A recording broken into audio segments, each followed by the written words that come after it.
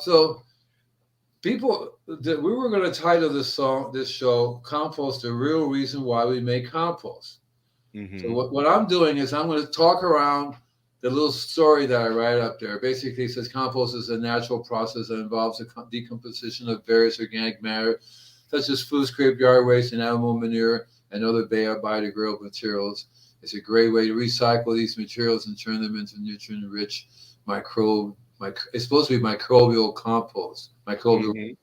compost, which then can be used to heal the soil. And Yes. that is the real reason why we make compost, is to help bring back the biology in the soil. Yep. Because I put recycling down a couple of times because everybody says, "Oh yeah, to recycle." That's why we make compost, the kitchen waste, all that stuff. We don't throw anything away. We recycle it. Yeah. That's a benefit. That's just a benefit of why you do it, not the real reason why you do it. And if people understand the real reason why we make compost, then they would make the best compost they can make, and they would do it right. It's people don't understand, just because it looks dark, there may not be anything in it. That's right. And You know, unless you put it under the microscope, you're never going to actually know. exactly right, right. So not too Yep. many people have a $10,000 microscope that they can look up and find the microbes in there. And if they did see the microbes, you would know the good microbes from the bad microbes if you saw them. You know. Yeah. Today, what did he say? I missed that. It should be straight knowledge. Today and tomorrow's shows should be straight knowledge.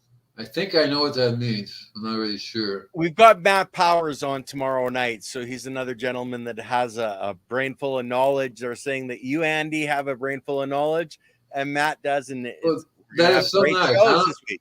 And I'll watch it too. I've been watching it. It's live too. I can comment on it. 'Cause I didn't want to take over the show. I mean, I just want to sit there invisible and do my thing. The Invisible Gardener. Yeah, yeah. But Yeah. but there is a big difference. And when you make compost for the purpose of healing something, like when you do a poultice, right? When you do a poultice for the body, it's a big difference than when you're making something, you're putting it on for a reason, or if you just grab some things, put them together, and then put it on there, and that's going to work. Yeah. You know what I mean? So you have to know what it is that actually heals the soil. What is it that you can put in the compost that then you can put on the soil like a patch of wound, or patch of soil. And Mother Nature doesn't like bare spots, Andy. She just doesn't like it. She put a bandage on, right? And that's what people need to really understand. And they're not getting it yet, because it's not an easy scenario for people to understand what it is that they have to get. And I think it's funny when I go to a store and I see compost. And the compost is no manure, it says on it. No manure. The compost is no manure. And I talk to people and say, ew, I want to grow my vegetables and compost with manure in it. And I was trying to explain to them, first of all, if you make compost, you're not going to have any manure left. There's not going to be any manure in there. You're not going to get E. coli. You're not going to get anything at all closely resemble as long manure. As you do it right. Right. Yeah. And so that's I think that the chemical people have started that in people's brains.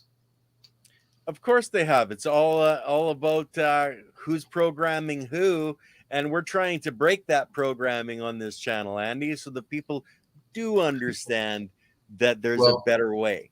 I have always been breaking the programming because I felt that people need to think for themselves, and it comes down to individual human beings, individually what we do. And if we're not smart enough to figure out what's going on, then we're in trouble. And the only way you can get smart enough is by listening and coming to your own conclusion what's real as opposed to what everybody else is telling you.